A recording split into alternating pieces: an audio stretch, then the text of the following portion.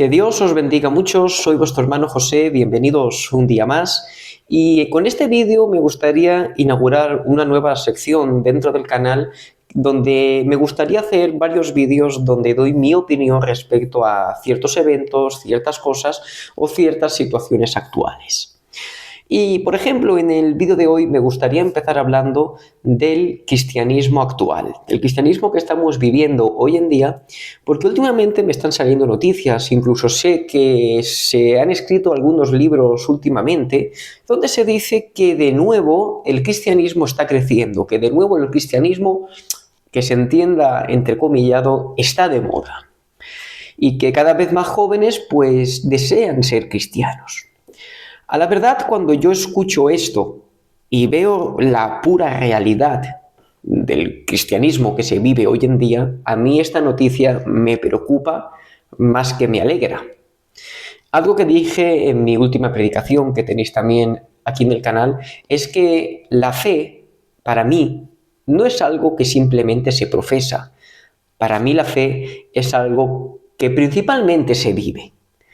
Y yo creo que puede ser que haya hoy en día más gente que diga que es creyente, que haya más gente que diga que es cristiana. Ahora, yo sinceramente cuando veo el comportamiento de esta sociedad, yo discrepo totalmente. Yo cada vez veo menos gente que vive una fe verdadera, veo menos verdaderos cristianos, que al fin y al cabo es lo que importa. Porque vuelvo a decir, para mí la fe no es algo que principalmente se profese, para mí la fe es algo que principalmente se vive. Y no es algo que yo me invente, sino que es algo que está en las mismas escrituras. Dice en la carta de Santiago, dice, tú dices que crees, vale, los demonios también creen y tiemblan. O sea, porque una fe que no obra es una fe que está muerta. Y cuando yo miro el panorama del cristianismo actual, es un cristianismo que preocupa.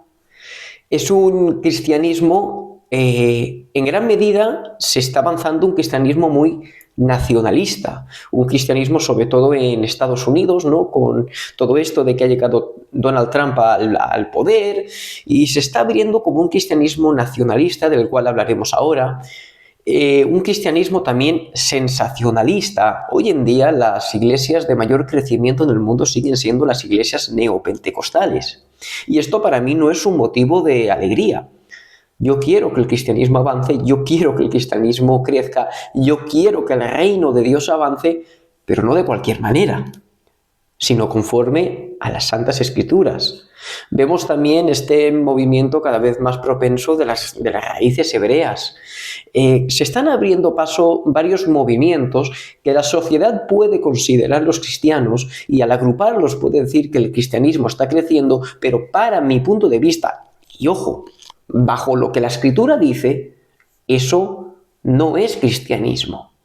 Y creo que es algo que los cristianos debemos entender porque si no, corremos un serio riesgo de no analizar correctamente cómo el cristianismo está avanzando y eso puede afectar en la manera en que desarrollamos nuestras iglesias y cómo se desarrolla el pensamiento cristiano del siglo XXI. Así que vamos a ver algunas de las distintas esferas donde se supone que está creciendo el cristianismo, pero que para mí eso no es cristianismo, son realmente herejías que están creciendo. Y vamos a hablar del primero, que creo que es el más actual, que es ese cristianismo nacionalista, que está creciendo sobre todo en Estados Unidos, con el auge, como digo, de Donald Trump, ¿no? Y del Partido Republicano en Estados Unidos, y estamos viendo ese cristianismo americano, que para mí la desfachatez más grande que este cristianismo nacionalista proclama. Y esto es una realidad, lo que voy a decir ahora es una realidad. A muchos que no seamos americanos nos va a sonar a broma o algo parecido, pero esto es una realidad. Hay pastores evangelistas norteamericanos, o sea, de Estados Unidos, que están enseñando que el matrimonio interracial es pecado. Eso lo están enseñando ahora mismo en Estados Unidos algunos pastores. O sea, cuando el cristianismo bíblico, Cristo vino a romper toda barrera racial y social. Y así lo dice en su palabra. Ya no hay judío ni griego. Ya no hay esclavo ni libre. Si algo vemos cuando leemos en el libro de los Hechos, y vemos esa iglesia primitiva, esos primeros cristianos, es que vemos a cristianos que en una misma congregación llegaron a juntarse judíos con gentiles, algo que era completamente impensable antes de Cristo. Vemos que en una misma mesa ahora pueden sentarse esclavos con sus amos, y eso antes de Cristo era totalmente impensable. Vemos que ahora la mujer, que hasta ese momento había tomado un lugar totalmente marginal en la sociedad, que era poco más que un objeto, ahora toma un lugar protagonista. ¿Por qué? Porque Cristo vino a derribar toda barrera. Pues ahora estos señores de este cristianismo nacionalista, esas barreras que Cristo derribó, ellos quieren volver a levantarlas. Y además usando el cristianismo para justificarse.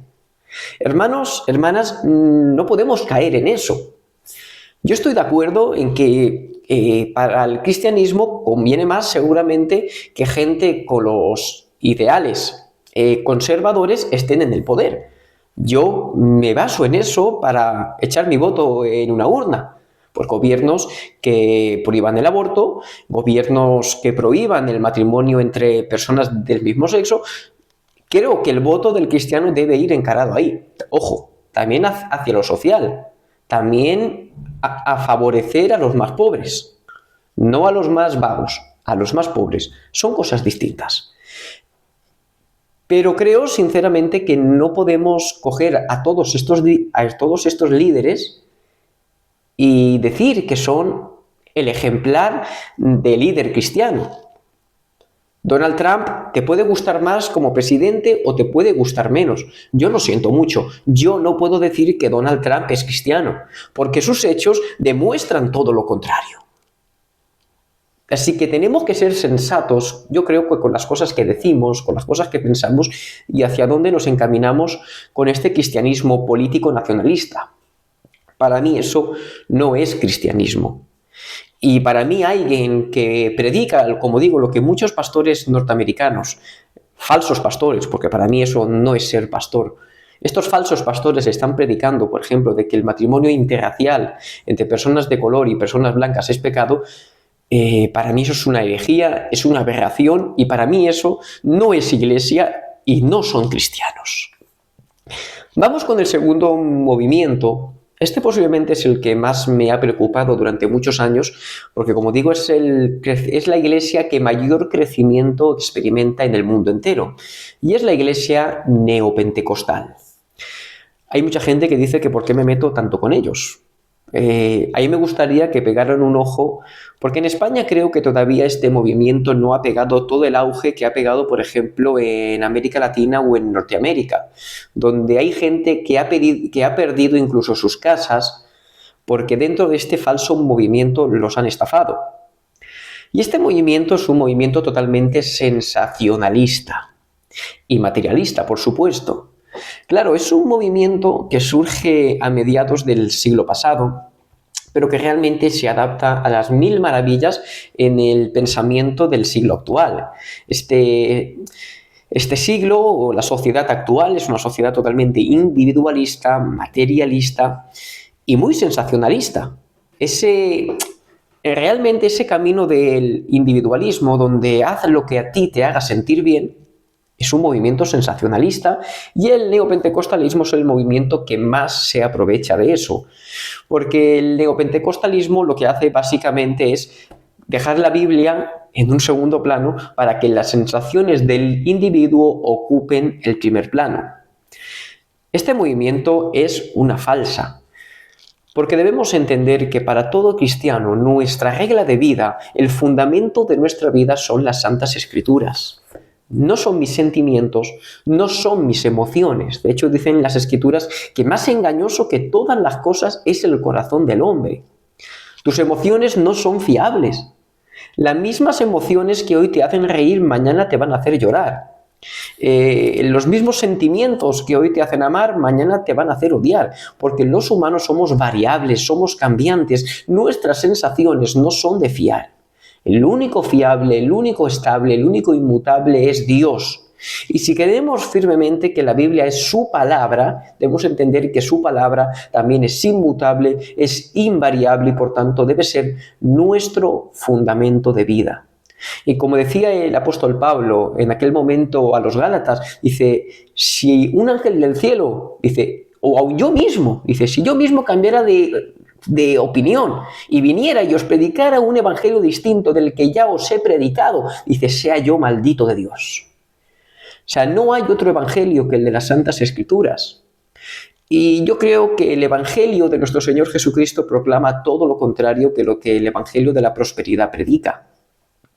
Cristo en ningún momento nos promete que en esta vida tendremos riquezas. Cristo en ningún momento nos promete que en esta vida estaremos ausentes de problemas. Más bien nos avisó de todo lo contrario. En este mundo vais a tener aflicción, pero confiad en mí. Yo he vencido al mundo, pero vais a tener aflicción. En este mundo vamos a tener aflicciones, vamos a pasar por malos momentos. Por tanto, todo lo que predica el Evangelio de la prosperidad es una mentira. Todo está bajo la soberanía de Dios en un plan divino que nosotros no somos capaces de entender. Debemos saber que Dios es omnisciente. Y además, algo que creo que también debemos entender bastante es que Dios no es el genio de la lámpara. Dios no está para cumplir con nuestros caprichos, sino para cumplir con sus propósitos que son perfectos. Además, poniéndolo en otro plano, yo creo, porque algo que el Evangelio de la prosperidad promueve, ¿verdad?, es eso de la palabra de fe o la confesión positiva. Y claro, que todo lo que tú decretes en fe, Dios lo va a cumplir. Como digo, hacen de Dios el genio de la lámpara. Pero si estás dentro de este pensamiento, quiero plantearte lo siguiente. Dios es omnisciente, Dios lo conoce absolutamente todo y dentro de ese todo está aquello que a ti te conviene. Tú eres finito, eres limitado, hay cosas que tú no alcanzas a ver. ¿Quién sabe mejor lo que te conviene? ¿Dios o tú mismo? Yo creo que Dios, ¿verdad? Por tanto, podemos ver cómo este movimiento no tiene ningún sentido, no se basa en las Escrituras. Luego dice las Escrituras que por sus frutos los conoceréis. La mayoría de líderes de este movimiento se acaban enriqueciendo a costa de la gente, de manera que ellos son los únicos que acaban viviendo esa prosperidad y sus súbditos acaban por los suelos y muchos en pobreza. Porque esto es una realidad, que en España, como digo, no la hemos visto todavía, pero que en América Latina y en Estados Unidos esto ya se ha visto. Y el tercer movimiento del que yo quería hablar y que está creciendo bastante es el movimiento de raíces hebreas. Este movimiento que, por extraño que parezca, parece que cualquiera puede venir genéticamente de los judíos. En mi caso, parece que el pueblo romaní venimos de los judíos. ¿Eres de México? Provienes de los judíos. ¿Eres de Perú? Provienes de los judíos. Y a base de esto, pues te acaban enganchando de una manera que parece que al venir genéticamente de los judíos, cuando es mentira, ya tienes que celebrar las fiestas judías, ya tienes que seguir la Torá y todo eso va desencadenando hasta que al final acaban negando a Cristo, admitiéndolo como Mesías, pero no como Dios. Esto totalmente va en contra de las Escrituras. Una vez más, lo primero que hay que decir es que la ciencia ha demostrado que todo esto es una mentira, que todos estos pueblos, prácticamente ninguno viene genéticamente de los judíos, empezando por el mío, por el pueblo romaní, donde se ha demostrado por activa y por pasiva que venimos de una región de la antigua India, actual Pakistán, que es la región del Puñab, y que no tenemos nada que ver con los judíos. Más, hay razones genéticas, razones lingüísticas que demuestran que no venimos de ahí ni tenemos nada que ver con los judíos. Pero es que aún así no tiene mucho sentido, porque si tú precisamente te has convertido a Cristo, lo has aceptado como tu Señor, Salvador y Dios, todo eso ya no tiene sentido, ya no hay ritual que merezca la pena, ya no hay nada que merezca la pena porque Cristo ha suplido todo en mí. Él ha cumplido esa ley por mí. Él me ha hecho salvo y yo no necesito seguir esas leyes rituales ni esas fiestas anuales para poder ser salvo, porque Cristo ya ha pagado en su totalidad por mí. Y realmente, como digo, todos estos movimientos de raíces hebreas siempre desembocan en el mismo sitio, que es negando la divinidad de Cristo y simplemente aceptándolo como Mesías. Pero claro, yo me remito a las mismas escrituras, a las palabras de nuestro Señor Jesucristo mismo, cuando le dice a los propios judíos: si no creéis que yo soy, evidentemente este yo soy tiene los ecos de Éxodo y esa conversación de Dios con Moisés, si no creéis que yo soy, en vuestros pecados moriréis. La Biblia es clara. No hay salvación si niegas la divinidad de Cristo. Es el fundamento principal del cristianismo. Cristo es Dios sobre todas las cosas y todo movimiento que niegue esto es un falso movimiento. Es un movimiento herético que al único sitio que te va a conducir es hacia la perdición y en este caso hacia la locura. Así que, como digo, y podría analizar varios movimientos más que han surgido, pero creo que por lo menos donde yo vivo estoy viendo que estos tres movimientos son los más visibles y para que veamos que, vale, puede ser que haya más gente que esté profesando que el cristianismo está creciendo, pero los que somos verdaderamente cristianos e intentamos vivir conforme a las Escrituras, debemos hacernos esta pregunta. ¿De verdad está creciendo el cristianismo? ¿De verdad el cristianismo que se promueve hoy en día es el cristianismo bíblico? Yo creo que no. Esa es mi opinión. ¿Y qué es lo que recomiendo? Que más que nunca necesitamos evangelizar con las Escrituras. Dejémonos de sensacionalismos, dejémonos de historias. Creo que más que nunca necesitamos evangelizar con las Escrituras, proclamar fielmente el mensaje de nuestro Señor Jesucristo y a la gente de nuestras iglesias instruirlas en la palabra de Dios. Eso es lo que más se necesita hoy en día. Nuestro Señor Jesucristo, el principal motor de su ministerio fue la enseñanza. Y por desgracia, creo que en las iglesias actuales hemos perdido eso por completo. Esta ha sido mi opinión respecto a este tema. Espero haberles hecho bien. Si le ha gustado el vídeo, dele a like. Si opina contrario o tiene cualquier pregunta, déjela en los comentarios. Y como siempre, Dios os bendiga mucho.